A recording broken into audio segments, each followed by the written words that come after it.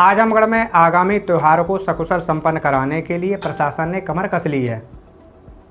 उपजिलाधिकारी सदर सुनील कुमार ने बताया कि आगामी दीपावली को लेकर आतिशबाजी की अस्थायी दुकानों को लगाया जाना है, जिसमें दुकान आमने सामने नहीं होगी। 2 दुकानों के बीच कम से कम 3 मीटर का फासला होगा। सभी दुकानों में अग्निशमन यंत्रों और अन्य सामग्रियों की व्यवस्था रखनी होगी। कपड़े प्लास्टिक का उपयोग नहीं करना है। जबकि टिन शेड की दुकान होगी, जिससे आग लगने की स्थिति में तुरंत उस पर काबू पाया जा सके। सभी जगह पर अग्निशमन गाड़ियां भी तैनात रहेंगी। दीपावली और छठ पूजा के त्योहार को लेकर माननीय जिलाधिकारी महोदय, माननीय पुलिस अधीक्षक महोदय की अध्यक्षता में बैठक का आयोजन किया गया है, जिसमें सभी थानाधिकारी, एसडीएम साहिबान और पीस कमेटी के सदस्य मौजूद रहे।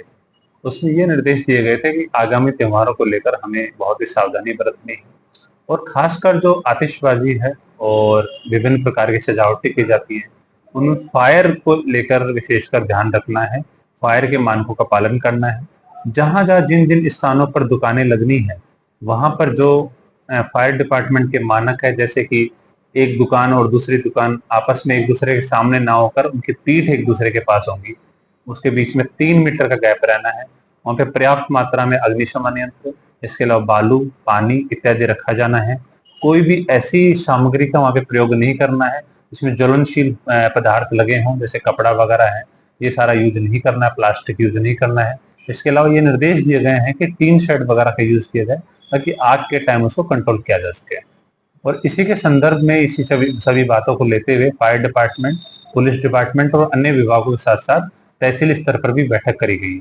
इसमें जिन जिन लोगों ने आतिशबाजी के लाइसेंस के लिए आवेदन किया है, उनको स्पष्ट रूप से बता दिया गया है कि मानकों का पालन नहीं करने पर उनके खिलाफ कार्रवाई करी जाएगी, उनका लाइसेंस रद्द करते हुए, और उनके खिलाफ जो भी कानूनी कार्रवाई आगे प्रस्तावित है वो कर दी जाएगी।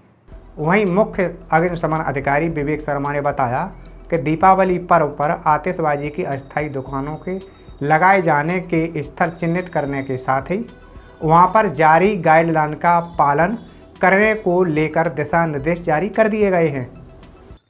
इस बार हम बहुत सुदृढ़ व्यवस्था करने जा रहे हैं।